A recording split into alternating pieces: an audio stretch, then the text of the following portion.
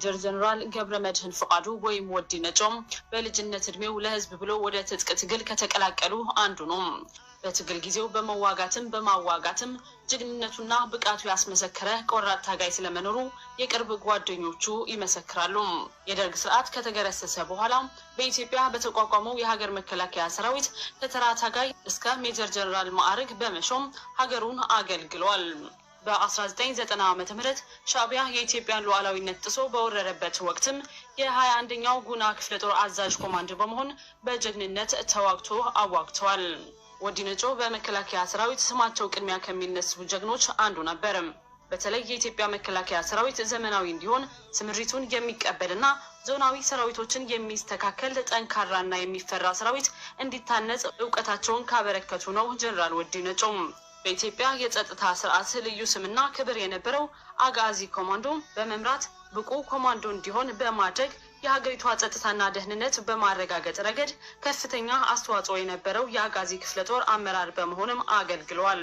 ወዲ ነጮ በነበረው የተካና አመራርነትና ዓለም አቀፍ ችሎታ በሰላም አስከባሪነት በላይቤሪያና ሶማሊያ ተሰማርቶ በአፍሪካ ሰላም በማረጋገጥ ኃላፊነቱ የተወጣም በዩኤን ሆነ አሚሶም ትልቅ ምስጋና የተቸረው ባለ ተሞክሮ ጀነራል ነው።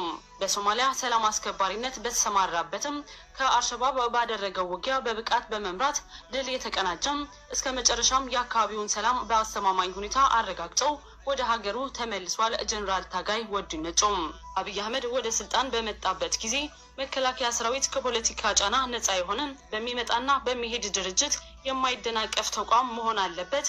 ፖለቲከኞች ልዩነታችሁ በጠረጴዛ ዙሪያ ጨርሱት ብሎ ከተናገረበት ህገ መንግስት ይከበር ብሎ ከቆመበት አቋሙ ፍንክች ብሎ እንደማያውቅ በቅርበት የሚያውቁት የትግል አጋሮቹ ይመሰክራሉ።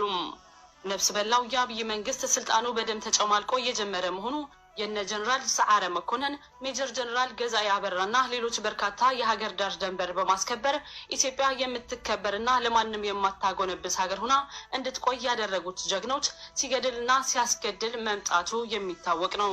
ሀገሪቷ አሁን በኤርትራና በሌሎች ሀገራት ሉዓላዊነቷን አጎንብሳ የሰጠች በየአቅጣጫው የእርስ በርስ ጦርነት ላይ የተዘፈቀች የጭካኔ መዓት የምታስተናግድ በጦርነት ምክንያት ኑሮ መግፋት ዳገት የሆነባት ሀገር ያደረጋት ነፍሰ በላውና በንጹሃን ደም የነገሰው አብይ አህመድ አሁንም በርካታ ተጋሩ ባለስልጣናትን ጨምሮ ተጋሩ የሆኑትን ሁሉ መግደሉን ቀጥሎበታል።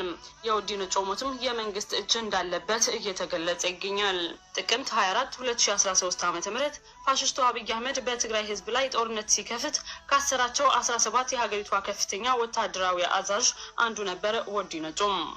ፋሽስቱ አብይ አህመድ በጀነራል ወዲ ነጮ በተከፈተው የ16 ከፍተኛ መኮንኖች በተከሰሱበት መዝገብ ሰሜን እዝ እንዲጠቃ ትዕዛዝ ሰጥታቸዋል። ፌደራል መከላከያ ሰራዊት ከሰሜን እዝ የነበረው ስልክ ግንኙነት እንዲቋረጥ አድርገሃል፣ ጦርነት እንዲጀመር አውቀህ መሳሪያ ወደ ትግራይ ልከሃል በሚል ወንጀል ለጥፈው ነው ክስ ተመስርቶበት የቆየው። የተከሰሰበት ጉዳይ ሲመለከት የቆየው የፌደራል ከፍተኛ ፍርድ ቤት እስካሁን ለቀረበበት ክስ ጭብጥ ማስረጃ ስላላገኘ ጉዳዩ በወታደራዊ ፍርድ ቤት ይታይ በማለት ፍርድ ሰጥቶ ወደ ቃሊቲ እስር ቤት እንዲዘዋወር ነው የወሰነው።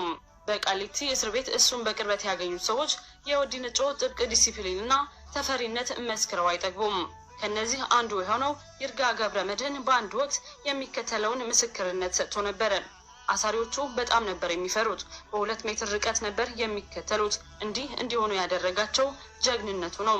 ከሁላችንም እስረኞች ለይተው አንድ ክፍል ውስጥ ነበር ያሰሩት ይላል። አስማት እንዳለው ሰው ሰማይን ሰንጥቆ የሚወጣ ነበር የሚመስላቸው ብለዋል። ሚያዚያ 24 2014 ዓ.ም በጠዋት ተነስቶ ዘወትር እንደሚያደርገው ለ1 ሰዓት ከ30 ደቂቃ የሚሆን ስፖርት ከሰራ በኋላ የእስልምና ተከታይ የሆኑ ሙስሊም ታሳሪዎች እንኳን አደረሳችሁ በማለት የጎበኛቸው ሲሆን እነሱም ከኛ ጋር አፍጠር ቢሉትም አመስግኖ ወደ እስር ክፍሉ ገብቷል። በዚህ ጊዜ ነበር ባለቤቱ እንድትጠይቀው መምጣቷን የተነገረው። ከባለቤቱ ጋር እያወራ ያለ ድንገት መውደቁንና በአምቡላንስ ቢወሰድም መትረፍ ባለመቻሉ ተሰውቷል።